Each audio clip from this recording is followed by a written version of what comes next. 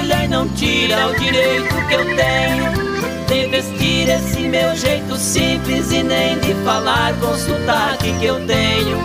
Eu sou filho de um homem da roça que com as mãos grossas pelo seu empenho fez de mim um caboclo educado, orgulhoso e honrado por vir de onde eu venho.